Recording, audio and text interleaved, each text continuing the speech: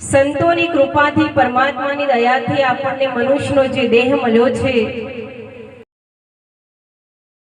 નમો માગું પ્રેમ પ્રસાદ, દયા કરી અમને દેજો, હે હેતે હરિરસ અમૃતનો સ્વાદ। ગુરુજી અમારા ગારુડિયા જ મુજ પર કરી છે મેર, એ મોરો બતાયો મરમ તણો, ઉતરી જા સમજે।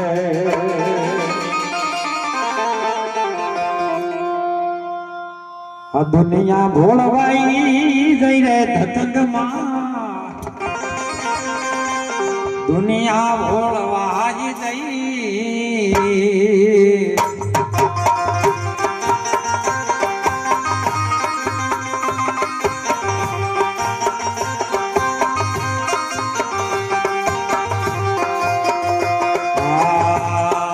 કૃષ્ણ ભગવાન ને ઉતનન મારી ચાર ચોજના લોભી થઈ।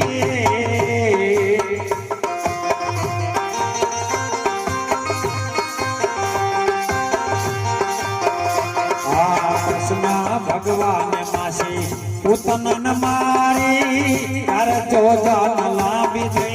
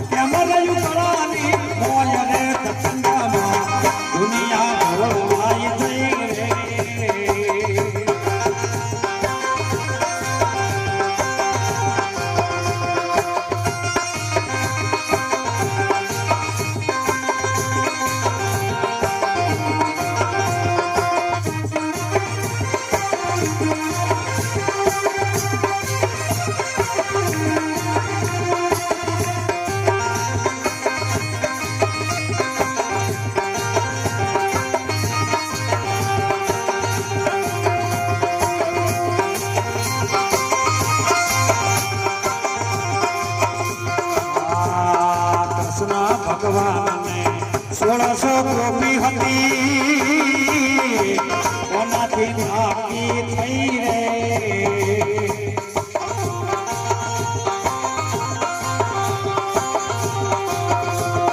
કૃષ્ણ ભગવાને 1600 ગોપી હતી, ઓનાથી નાકિયા થઈ રે।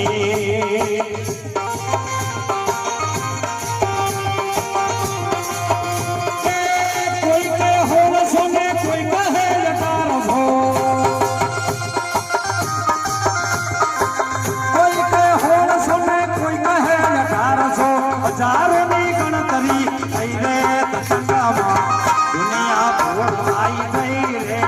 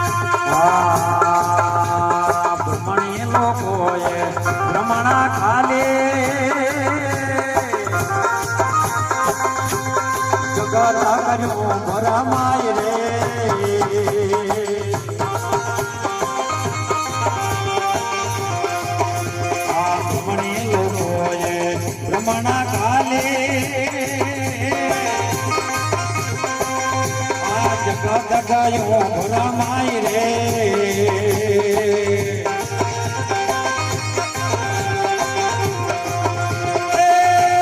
દાસો પ્રીતમ કહે પ્રભુ ને બધી લો દાસ પ્રીતમ કહે સાર સમજી લો નકે અધવચ રે હલવાઈ અસંગમાં દુનિયા ભૂલવાઈ નહીં રે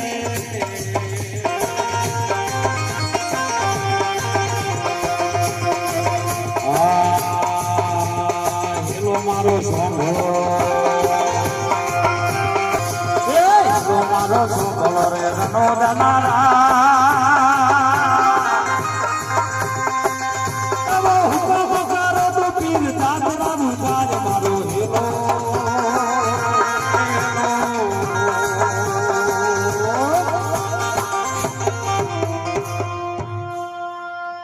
હેલો દુનિયા ભૂલવાઈ જાય કારણ કે સાચી વાત સમજણ વગરનું જીવવું નકામું એવું સંતો કહે છે નકામું વસ્તુ શું નાચ વગરની નારીની કમી હાકર વગરની ઘારી નકામી મકર વગરની બારી નકામી આ બધું નકામું કીધું પણ સમજ્યા વિનાનું જીવવું નકામું એટલે કીધું કે દુનિયા ધતંગમાં ભોળવાઈ જાય સાચી વાત સમજણ ન પડી એટલે ધતંગમાં ભૂલ્યું કૃષ્ણ ભગવાને માસી પૂતના મારી અને 4 જોજન લાંબી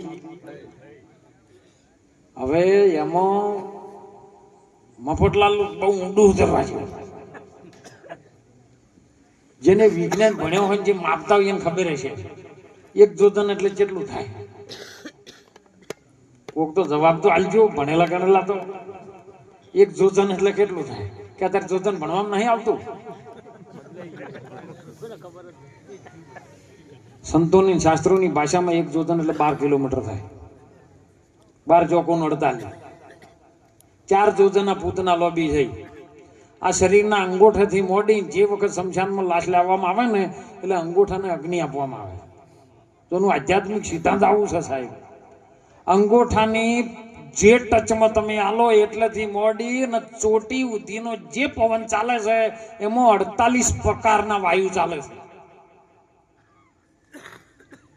પણ 12 ના ભાગે ગુણવાનો કના ભાગે 12 છે એના વડે એને ગુણવાનો છે 12 ચોકું 48 આ 4 અવસ્થાનો જે દેવ સ્થૂળ શરીર સૂક્ષ્મ શરીર કારણ શરીર અને મહાકારણ આ 4 વડે જોડો તો 48 પ્રકારનો વાયુમાં એ પૂતના લોબી થઈ હતી કૃષ્ણ ભગવાનની માસી પૂતના મારી 4 જોજન લોબી થઈ કહો ભાઈ આ તો સાચું કે ખોટું જોણત લાગે ને ભાઈ કોઈ કે 48 કિલોમીટર લોબી થાય ખરી લાશ હે આપણે એ વખતે નહીં બધ થાય કે ભાઈ કૃષ્ણ ભગવાન ગેડી દડા રમતા હતા અને પછી વારો એવો આવ્યો કે ભાઈ જે ગેડી દડો મારે અને જેના હાથે જેટલે જાય ઈરો લેવા જાય ભગવાનનો છેલ્લે વારો આવ્યો અને છેલ્લે લીધો જ અને આમ કરીને આમ દડાને જેડી મારી ને કે એ યમુનાના ધરામ જઈને દડો પડ્યો ને કે ઠેઠ તળિયે જતો રહ્યો હવે તમે વિચારજો કથાકારોએ તો બધું ઘણું કીધું કે યમુના નદીમાં દડો પડ્યો અને નદીમાં ઠેઠ દડો ધરામ જતો રહ્યો તમે વિચાર કરજો દડો કોઈ દા ડૂબે ખરો તો બધા કથામાં હા બાપુ સીતારામ હરિકૃષ્ણ અરે વિચાર તો કરો તમે પૂછો ને કે બાપુ દડો કદી ડૂબે નહીં તો આ ધર્મ જો કેવી રીતનો અને પાછું એવું કીધું કે પછી કૃષ્ણ ભગવાન ધરામ કૂદ્યા અને ઠેઠ તળિયે જ્યાં તળિયે તેઓ કોણ નાગ રહેતો હતો અને નાગને બે ને કે લડાઈ ચાલી આપણે પેલા ભણતા ને એમાં પ્રાર્થના એવી આવતું જળક મળ સાડી તું જાને બાળા સ્વામી અમારો જાગ છે જોઈ જાગ છે તને મારશે ને મને બાળ હત્યા નાગણ સૌ વિલાપ કરે એ તું ક્યાંથી આવ્યો છે નક્કી તારા ભાઈબંધો તને ભરમાયો છે તો ભૂલો પડ્યો છે તો તારા મા બાપનો તું અળખામણો છે અને સાહેબ કે લડાઈ થી ને એમાં ઝેર ફૂંક્યું અને ઝેર ફૂંકવાથી આખી યમુના નદીનું પાણી ઝેર થઈ ગયું તો જે ગોકળુમાં રહેતા હતી પાણી ક્યાં પીતા હતા એ નદીનું જ પાણી તાણ તો કોઈ નળ નતા આવા ભેટે વાળા હે તો પહેલું તો ગોકુળ સાફ થઈ જવું જોઈએ ને હે સાહેબ માણસનો અવતાર મળ્યા પછી જો કદાચ ના રેડવાનું એમાં રેડ કરો ને મફતલાલ, એ ઝેર જ છે તમારા માટે. અને કાળા નાગ જેવા જ છે, બદન નડતા હોય. અને એને નાથવા માટે આ સંતો ધરામ પૂજ્યા છે. ભારતના જે સંતો સાહેબ પ્રગટ છે ને, એ આ ધરામ પૂજ્યા છે. એમાં નાગ જીવન ખેંચીને બહાર લાવે, નેકળો લાવવામાં કીચડમાં મજા નથી. ઈ ધરામ ભગવાન કૃષ્ણ પૂજ્યો. અને સાહેબ વાત આપણી હોભળી અને સમજણમાં લેવા આવી. આ સંતો આજ કરે, બીજું કોઈ કરી શકતા નથી. અને પછી કીધું સાહેબ કે કૃષ્ણ ભગવાનને 1600 ગોપીઓ હતી. કનાથી નક્કી થઈ, કોઈ કે 1600, કોઈ કે 1800, પણ હજારોની ગણતરી. સાહેબ તમારા રૂવાટા ગણવા જો ને શરીરનો તો 1600 થાય. 1600 પ્રકારે તમારી અંદર પાવર એનર્જી આવે છે. એ ના હોય ને તો માણસ હાલ મરી જાય. કુંભના મેળામાં છો ને એટલે તમે જોજો, સંતોએ જે યુક્તિ અપનાવી છે ને કોઈ અપનાવી શકે નહીં. વિજ્ઞાન છે એક પ્રકારનું. પેલા ભભૂત લગાવીને આખો દાડો નહીં બેસી રહેતા હતા. તમે 4 દાડા બેસી રહો, ખાલી ભભૂત લગાવો, નહીં જબરજસ્ત ભભૂત આમ ચોળો 4 દાડા સુધી, અને પછી ઠંડી બેહો તો તમને ઠંડી લાગે તો હું તમારો ગુલામ. કેમ કે જે વાળથી તમારા સ્તન કેન્દ્રો અંદર છે એની અંદર ભભૂત આવી જાય એટલે કોણ બુરાઈ જાય, એમાં ઠંડી પ્રવેશ ન કરે, ઠંડી એમાંથી પ્રવેશ કરે છે. તો કે બાપુ કાઢ નહીં હોય, બાપુ જુગતી કરીને બેઠા હોય, તમને ખબર ના પડે. આ 1600 પ્રકારની જે ઇન્દ્રિયો, 1600 હજારોની ગણતરીઓ થઈ સાહેબ. અને ઇતિહાસ પણ એવું બોલે કે એ રાક્ષસના મુખમાંથી છોડાવવા માટે સંતોએ કૃષ્ણજીએ કઈક યુક્તિ કરીને 1600 છોડાયેલી છે. એ છૂટી જાય ને ગોપીઓ જે ગોકુળમાં રહેતી હોય, એ ગોપીઓ છે ને, એ ગોપીઓ તમને પકડી રાખી છે. છૂટી જાય તો તમે કૃષ્ણ થઈને મુક્ત બનો એમ છો, ન કે મુક્ત બને એવું નથી સાહેબ. શલ્ય રાજાએ 72 મણનું માદળિયું લટકાયું ગળાની, 72 મણનું. તમે ખાતરની થેલી 50 કિલોની ઉપાડો, હવે તો કોઈક 46 કિલો જ આવે છે, પણ 50 કિલોની ખાતરની થેલી ઉપાડો તો બોલો ગળામાં બાંધીને કેટલી ગળા રાખો. તો શલ્ય રાજા જેવો હતો જેને 72 મણનું માદળિયું ગળામાં લટકાયું હતું, પણ કોઈ પ્રશ્ન જ પૂછતું નહીં. શું કેવું? 72 મણ શૈલ્ય. આ શરીર છે ને, શૈલ્ય એટલે પથ્થરો થાય, અને પથરા જેવું છે. અને કનું દળેલું છે? માદળિયું. કનું દળેલું? માદળિયું.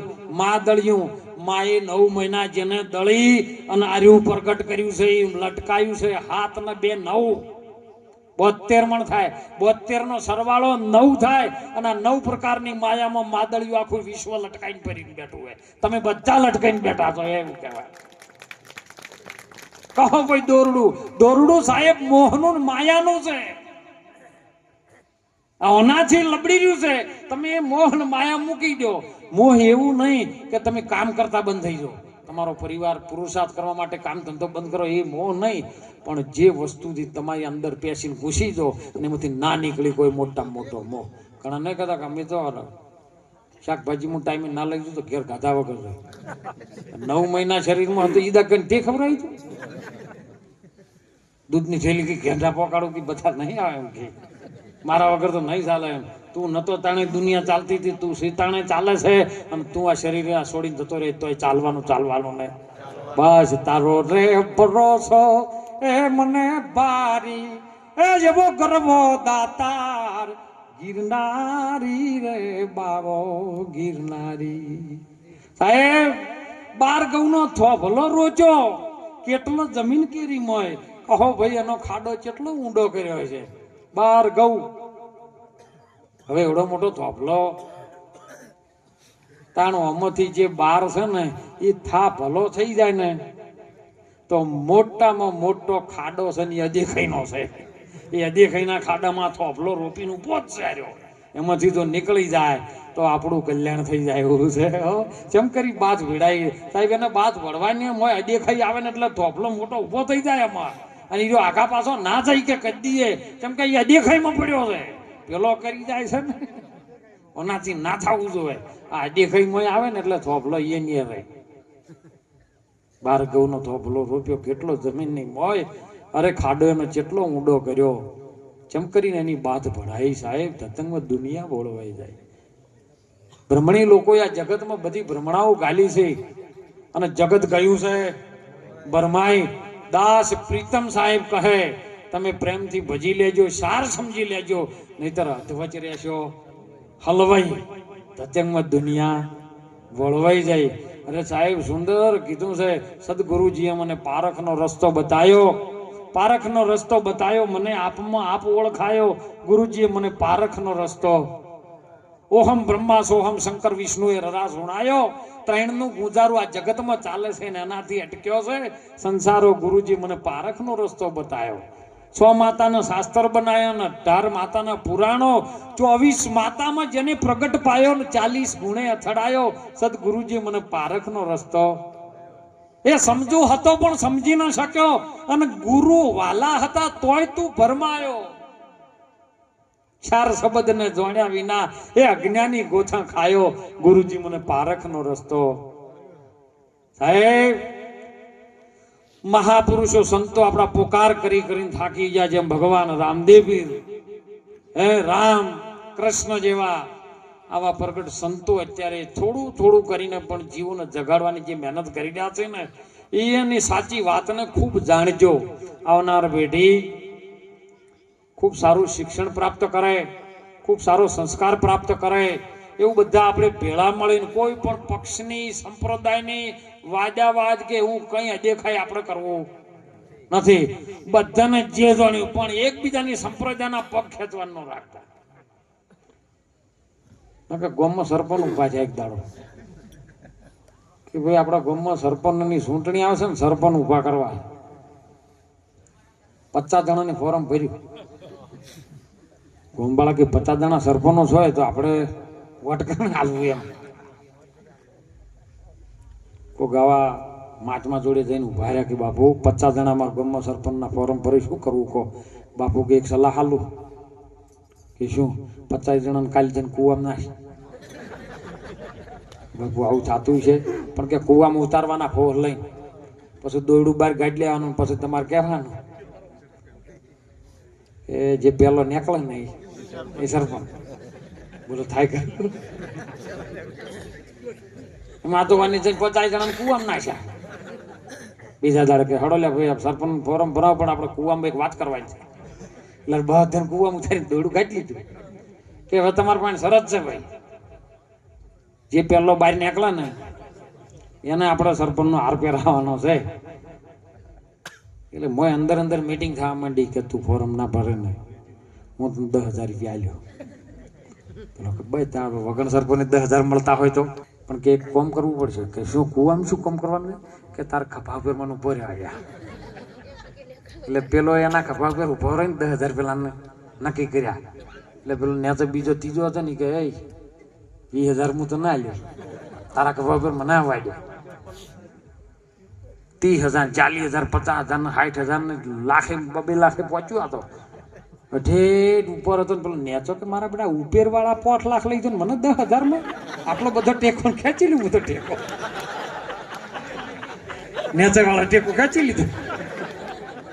બહાર આવે ખરા હારા કાર્યમાં કોકને ટેકા હાલજો સાહેબ. મારો કહેવાનો ભાવાર્થ આવો છે સાહેબ. એકબીજાને કોઈને ટેકો ખેંચતા નહીં. આવું સારું કાર્ય થાય છે ને એની અંદર જે બને આ શમશાન ન રહેવું જોઈએ સાહેબ. એવું મુક્તિધામ બની જાય કે લોકો જેના જોવા માટે, જેના દર્શન કરવા માટે આવે, એવો બધાનો સાથ સહકાર જોઈએ છે.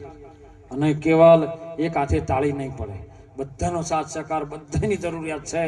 કોઈ થોડાથી મોડીને મોટા સુધી પણ આપે ને સાહેબ, કોઈ દિવસ પાછી પોની કરતા નહીં. જીવનમાં પરમાત્મા સદગુરુ મારો ભોળોનાથ બેઠો છે ને બધું કાર્ય તમારું સંભાળશે ને જરૂર કરશે ને કરશે. આવા સંતોના આશીર્વાદ છે.